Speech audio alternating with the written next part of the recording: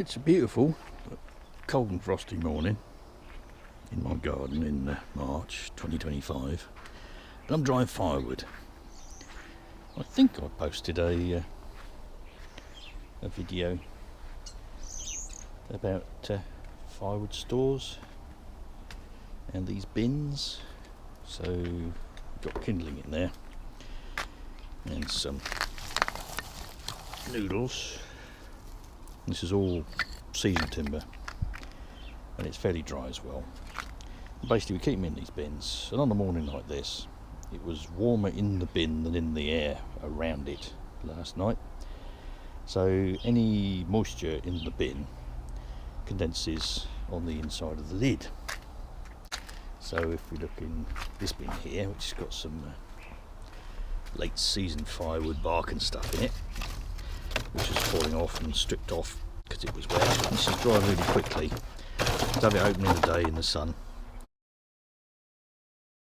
There's no condensation around there, or very little, but the lid from that bin looks like this. You see it? It says a thick layer of ice on it, and that's all condensation out of the contents of the bin. And this is off the bin, which was full of sawdust, which is this from cutting seasoned timber. But the timber, which is this stuff in here, had re-wet over the winter. So you've got uncle growth. Don't count this. This is a bit of sawn timber, a bit of a foreigner, but that's well rotted, but it'll be nice and dry and burn nice in the sort of kindling layer. And you can see it started to spalt. And this is the end sections. Let's look at this one here. That's the end, fungal fruiting body and advanced spalting in there, which gets less as you go further up. Similar story with this one. This has deteriorated less. So you've got discoloration here and on this cut surface here where it's been snedded, and less spalting in the middle. As you get into the middle of the thing, the spalting gets less and you get something like this, and you can see the bark's falling off. But this is nice timber. When it's fully dry, another day in here, you can see it's starting to check, starting to split. This is shrinkage cracks, and this tends to happen when it's been re-wet. So this stuff's been out, it was felled last March, was out all the way through until early this month, so this has been here 2 weeks, so end of February, early March,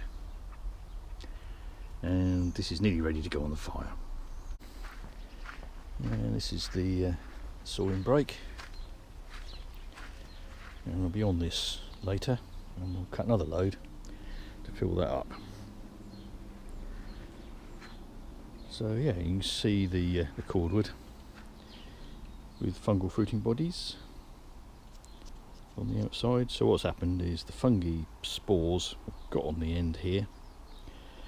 As they got re-wet, they've germinated and they've grown into the timber, and they tend to go up, and they also come in through holes in the outside, because the usual idea with this sort of size stuff, hand for scale, is to cut it in the March and then have it ready for burning after sitting out for 2 seasons by the following November, when in the place where I live, Dorset, it tends to get cold enough to warrant a fairly regular fire. So this will be cut, and some of this will be spalted. This one certainly will be, and some of this will be unspalted.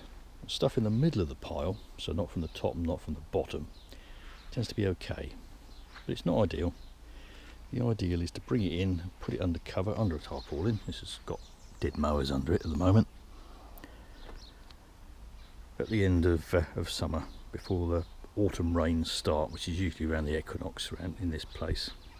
So 21st of September you tend to get storms coming in, and by the beginning of October they've accumulated, the ground gets too wet and I can't get in the wood. But cold and frosty morning like this is pretty good. Sun will be on this in a little while, And you can see the store in which it's put faces roughly south. That's east with the sun coming up, and that's south over there, and that's west over there. And my hoarder's paradise garden. Garden. And there's a over here we have this area here. This is where I catch most of the sawdust, the saw chips from cutting this. This came out of the wood last week and it's pretty dry. It's burnable as it is, but not ideal. And because I live, you can see around the place, lots of roofs, all very close. I live in a residential area, not out in the country. I like my stuff to burn as clean as possible, and I'm running the wood burner now. That's my chimney, left most of those too. And you can see no smoke. Let's go into the house and have a look at that. But this is basically to show you what you can do outside using aspect and weather conditions, even this late in the season, to make your timber as dry as possible. This stuff was ash, and that was green ash, and I'll show you that in a little while. And I've basically got that in a metal pot which heats it up nicely in the sun and dries it out, so that'll be burnable as well in a little while. So cold and so eerie, it was lovely to be out. And this is the wood burner. Leslie, Oh, I've left Radio 4 running in the background.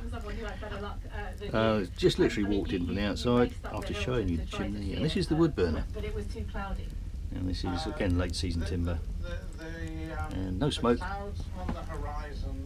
Oh, just a tiny little bit. That's quite a lot of that is a little bit of steam. So yeah, you can get stuff to burn clean and hot if you season it and dry it right, and you can do that without having to use a kiln. So it's 10 minutes later, and I'll show you this bin lid.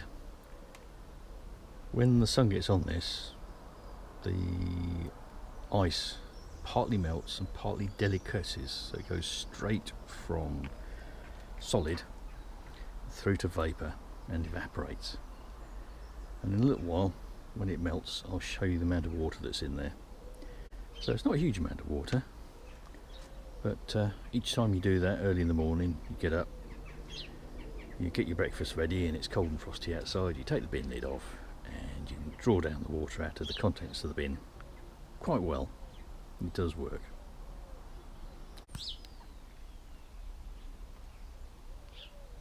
Well, about 3/4 of an hour further on, the sun is noticeably higher in the sky and it's quite warm in the sun, but the air temperature is still cold.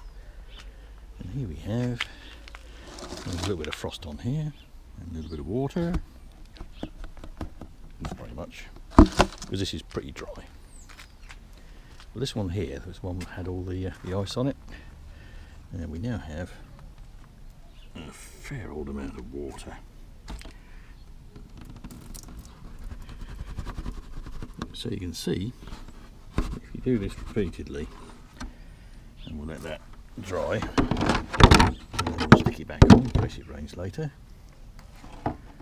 If you do that repeatedly, and then your material in your bin does get quite a lot drier. Now this stuff, you see it's darker under the surface, slightly, so that's drying as well.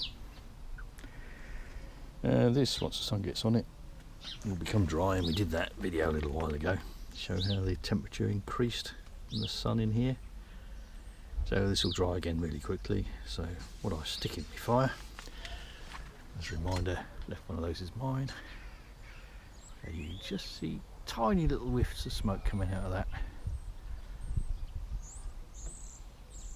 But the less smoke that you output, the better for yourself, for the environment, and for all concerned.